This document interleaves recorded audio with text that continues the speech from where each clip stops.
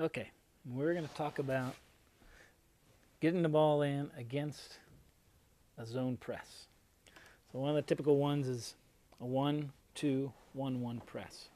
So what we're going to do is we'll have an inbounder, guy here, guy there, and guy in the middle.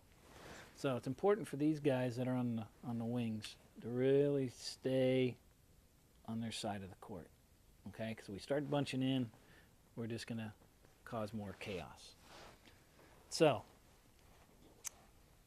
what's going to happen is when we get the ball into this guy, these two guys are going to want to trap him. So we get the ball in. These two guys are going to trap him. The inbounder needs to come through and cut in front of this guy. So one option is to get a bounce pass or a pass in between these, and then we start going. The other option is, if he's covered, we got this guy here, okay? And get a pass to him. And once we get a pass to him, now look what happens. Now all of a sudden we got a 3-on-2 fast break. So this guy, again, is going to stay his lane. This guy's going to have to come over to get the ball. So either, he gets the ball. So he either is going to beat this guy down the court with a dribble, or if he gets there quickly, he's going to pass it into the person in the middle, who's going to take it down. He's going to have to step up, and then we're going to start filling the lanes with the weak side guy.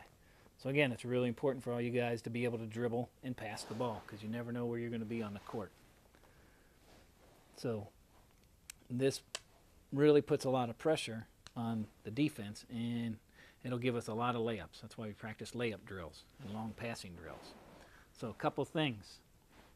So if we got our guy bringing the ball in bounds, right, he throws it in, and if he gets it back to this guy and we start heading this direction, this guy can be open for the pass, right?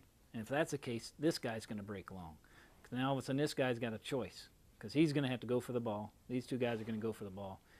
He's going to be going down, and we're going to start running down the court. And again, now all of a sudden we got numbers in our favor again. Okay, so we can pass it, because we can pass it a lot quicker than we can run and dribble, and pass again, or however our defense goes. So a lot of fast breaks will be happening with this. So now one thing to be aware of, if we have a hard time getting the ball in, so number 3 is trying to get the ball in, but because a lot of times what they do is they will allow the inbound pass because they want the ball to come in, because they want you to go in this little corner here and get stuck, because now it's the equivalent of having 1, 2, 3, 4 defenders. Okay, so we don't want to get stuck in that corner. That's why it's important to get the ball, turn, pivot, and look. Do I have a lane to dribble up here?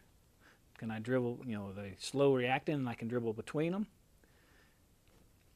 If we have troubles, again, if we have a hard time getting the ball inbounds, so these guys are actually covering him. Now we have options. Oops, let's get our other players back in position. Okay. This guy can step up, and we can pass right over these guys' head. Boom. Now we got numbers again. Okay.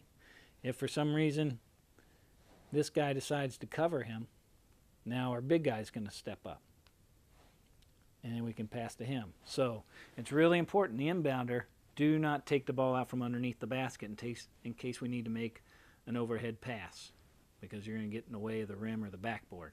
So I don't care what side you're on one side or the other, but be away from the basket. So kind of between the three-point line and the edge of the lane, it's kind of a good place for you to be, because if you go down there too far, you cut off our angle for getting an entry pass. So kind of halfway in between there. So hopefully this guy can get himself open, use his body to get position, get the ball into him, and depending on how fast these guys are going to react, you turn and pivot and look. You can either take it yourself. This guy's going to cut through here. You can pass it up to there. If he gets it, he can pass it up here, right? Boom. Now we're going. We're flying.